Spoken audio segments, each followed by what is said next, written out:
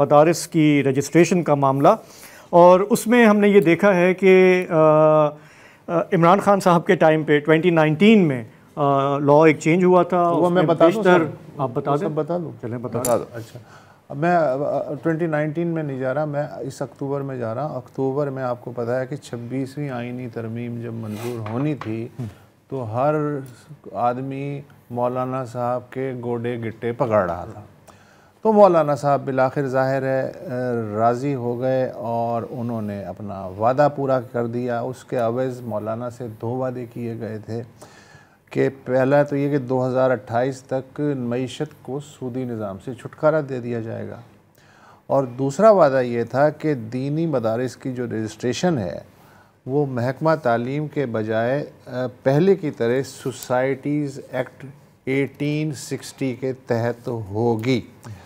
اچھا، دینی مدارس کی رجسٹریشن سے متعلق جو بل تھا وہ پارلیمنٹ کے دونوں ایوانوں نے منظور کر لیا، اسے صدر زرداری کے پاس دستخط کرنے کے لیے بھیجا گیا، انہوں نے اس پہ کوئی اعتراضات لگا دیے جو کہ ایک اچانک جھٹکا لگا کہ یہ کیا ہوا، اور انہوں نے نظر ثانی کے لیے پارلیمنٹ کو دوبارہ یہ بل بھیج دیا۔ اس پہ مولانا تپ گئے اور انہوں نے گزشتہ ماہ کہا کہ مطالبہ منظور نہ ہوا تو اسلام آباد کی طرف مارچ کیا جائے گا۔ انہوں نے 28 نومبر کی تاریخ کا بھی اعلان کر دیا، مگر پھر چونکہ اسلام آباد میں وہ ایجیٹیشن والی صورتحال تھی تو مولانا نے حالات کی نزاکت دیکھتے ہوئے اسے فی الحال مؤخر کر دیا ہے۔ جنرل مشرف ہوں یا پیپلز پارٹی کی حکومت ہو یا اے پی ایس پشاور پہ حملے کے بعد جو بھی حکومت تھی، نواز شریف کی حکومت، سب کے سب دینی مدارس کی اصلاحات پہ زور دیتے آئے تھے، لیکن اکتوبر 2019 میں جو پی ٹی آئی کی حکومت تھی اس نے دینی مدارس کو باقاعدہ تعلیمی اداروں کے حساب سے بھی ان کی بہت کھلی مخالفت چل رہی تھی۔ تب بھی وہ کہتے تھے کہ جو انگریز کے دور کا 1860 کا ایکٹ ہے اس کے تحت رجسٹریشن ہونی چاہیے۔ اس میں کیا تھا مصلحت؟ اس میں یہ تھی کہ اس قانون کے تحت مدارس کی بطور فلاحی ادارہ رجسٹریشن ہونی تھی، نئے قانون کے تحت بطور تعلیمی ادارہ رجسٹریشن ہوئی ہے۔ اچھا، پرانے قانون کے حساب سے نصاب اور مالی معاملات یا جو سرگرمیاں ہیں ان کی مؤثر نگرانی کا نظام خاصا ڈھیلا تھا، اور یہ رجسٹریشن جو ہے عام طور پہ ڈپٹی کمشنر ضابطے کی کارروائی کرتے ہوئے دے دیتا تھا۔ یہ جو ایکٹ تھا جو ابھی پارلیمنٹ نے منظور کیا ہے، اس میں ترمیم جو ہے وہ یہ کی گئی کہ اگر کسی مدرسے کے ایک سے زیادہ کیمپسز ہیں تو ہر کیمپس کو علیحدہ رجسٹر ہونے کی ضرورت نہیں، صرف ایک رجسٹریشن کافی ہے۔ اچھا، مدرسے کی جو تعلیمی سرگرمیاں ہیں ان کی سالانہ رپورٹ اور آڈٹ رپورٹ رجسٹرار آفس میں جمع کرانا لازم ہوگی، لیکن مولانا یہ سمجھتے ہیں کہ یہ جو قانون ہے جو اس وقت لاگو ہے یہ مدارس کی خود مختاری اس سے ختم ہو رہی ہے، نصاب میں سرکاری مداخلت بڑھ رہی ہے، اور حکومتی کنٹرول کے سبب جو عطیات ہیں ان میں کمی ہو ہے یا وہ بالکل ہی بند ہو سکتے ہیں۔ لیکن مسئلہ یہ ہے کہ 18,000 مدارس آلریڈی رجسٹر ہو چکے ہیں، ان کی انتظامیہ کہتی ہے کہ انہیں خاصی آسانیاں ہوئی ہیں بینک اکاؤنٹس کھولنے میں، جو غیر ملکی طلباء ہیں ان کی تعداد بڑھی ہے، پھر گرانٹس، سرکاری گرانٹس ہمیں ملی ہیں تو اس سے تعلیمی معیار میں بھی اضافہ ہوا ہے۔ اچھا، اب مسئلہ یہ ہے کہ مولانا اس مرحلے پہ یہ کیوں کہہ رہے ہیں کہ حکومت جو ہے اپنا وعدہ پورا کرنے کی بجائے علماء کو ہی تقسیم کرنے کی سازش کر رہی ہے؟ مولانا کو سنی اور ان کے ساتھ ہی طاہر اشرفی کا حکومت کی طرف سے جواب پہلے سن لیتے ہیں۔ ہم مدارس کو قانون کے تحت ریگولرائز کرنے کی کوشش کر رہے ہیں، لیکن مدارس کی آزادی و خود مختاری وہ اپنی جگہ پر قائم رکھنا چاہتے ہیں۔ کوئی اضطراب نہیں ہے، کوئی پریشانی نہیں ہے، کوئی اختلاف رائے نہیں ہے، متفقہ ایک ڈرافٹ ہے، سب کا اس پر اتفاق رائے ہے، نئے شیشو نہ چھوڑے جائیں۔ ہم جو چیز طے ہو چکی ہے اس کو مستحکم کرنا چاہتے ہیں، وہ جو چیز طے ہو چکی ہے اس کے مقابلے میں نئی نئی باتیں لا رہے ہیں، لہذا اس وقت تک ہمیں حکومت کی کوئی تجویز قبول نہیں ہے۔ وزارت تعلیم کے تحت ہم نے منسلک ہو کر رجسٹریشن کی بات مانی تو انہوں نے ایگزیکٹو آرڈر کے تحت ایک ڈائریکٹریٹ ہم پر مسلط کر دیا۔ اس کا معنی یہ ہے کہ وہ ہمیں اپنے ماتحت کرنا چاہتے تھے، مدارس ان کے ماتحت کام کرنے کو تیار نہیں ہے۔ میں یہ سوال کرنا چاہتا ہوں کہ جو 18,400 مدارس ہیں، آپ نے 2019 میں کہا کہ یہ قانون ہے،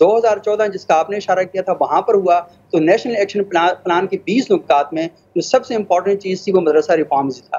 مدرسہ ریفارم اس وقت دوبارہ اٹھا اور ساری بات چیت کی گئی اور یہی والی بنیادی بات کی گئی کہ مدرسے کو فٹ بال بنایا ہوا ہے, 4 لوگ اس کو کیک لگا رہے ہیں. ایک وزارت مذہبی امور لگاتی ہے کیونکہ مذہبی تعلیم دیتا ہے, وزارت تعلیم کیونکہ تعلیم سے منسلک ہے, وزارت صنعت و حرفت کیونکہ سوسائٹیز ایکٹ کے ساتھ چل رہا ہے, اور مدرسہ لا اینڈ آرڈر کا ایشو بھی کریٹ کرتا ہے. اس کی وجہ یہ ہے کہ پاکستان میں 7 سے 8 مہینے ایسے ہیں جو مکمل طور پر مذہبی ماحول کے تحت منائے جاتے ہیں اور ہر مسلک کا ایک مہینہ ہے, اور ان مہینوں میں ایک دوسرے کے خلاف فرقہ وارانہ اشتعال جو پیدا ہوتا ہے تو وہ امن و امان کا صورتحال بن جاتی ہے. تو مدرسے کا ایشو پھر جا کر وزارت داخلہ کے ساتھ بھی جڑ جاتا ہے. تو 4 منسٹریاں مل کر اس کو ایک طرح سے فٹ بال بنایا ہوا تھا.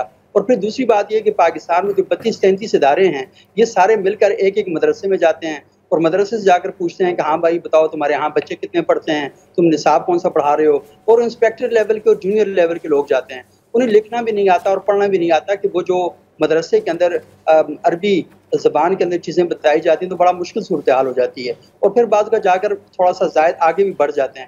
تو یہ سارے وہ پرابلم تھے جس پس منظر میں علماء نے خود اس بات کو تسلیم کیا تھا اس دور میں, کیونکہ وہ مسلسل کور کر رہا تھا. انہوں نے کہا جی ہمیں وزارت تعلیم کے ساتھ رجسٹر ہونا چاہیے.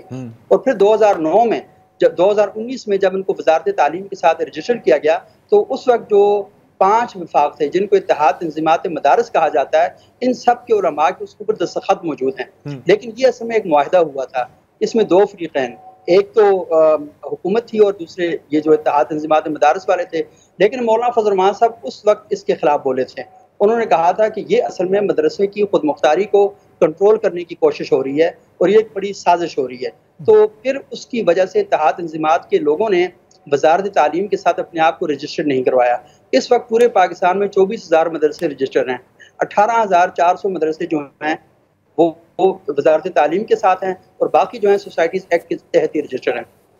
اب جو اعتراض کیا جا رہا ہے بنیادی طور پر وہ اعتراض یہ ہے کہ حکومت نے جو معاہدے کیے تھے وزارت تعلیم کے ایگریمنٹ میں ان کو پورا نہیں کیا. اس میں ایک وعدہ یہ تھا کہ جو غیر ملکی طلبہ ہیں ان کو 9 سال کا تعلیمی ویزا جاری کیا جائے گا, مدرسوں کے اکاؤنٹ شروع کیے جائیں گے.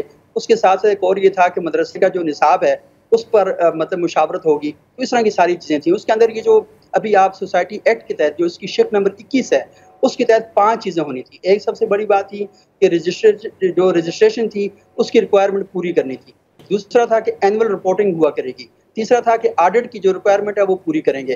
اور چوتھا بڑا اہم نکتہ تھا وہ یہ تھا کہ کسی قسم کا جہادی لٹریچر, فرقہ وارانہ لٹریچر, یہ ساری چیزیں جو ہیں وہاں پر شائع نہیں کی جائیں گی. اور 5ویں چیز صبح جو ہے ہمارا جو ہے ٹائم بہت کم ہے, صرف ایک لائن میں بتا دیجئے کہ مولانا جو ہیں ان کا جو جوش و خروش ہے اس کے پیچھے کیا یہ پاسبلٹی ہو سکتی ہے کہ چونکہ ان کے جو زیادہ تر مدارس کے پی, بلوچستان اور ساؤتھ پنجاب میں ہیں جہاں اثر و رسوخ ہے, تو ایک سیاسی پاور بیس بھی ہے جو کہ ان کے خیال میں کمزور ہو سکتا ہے, ہاں یا نہیں؟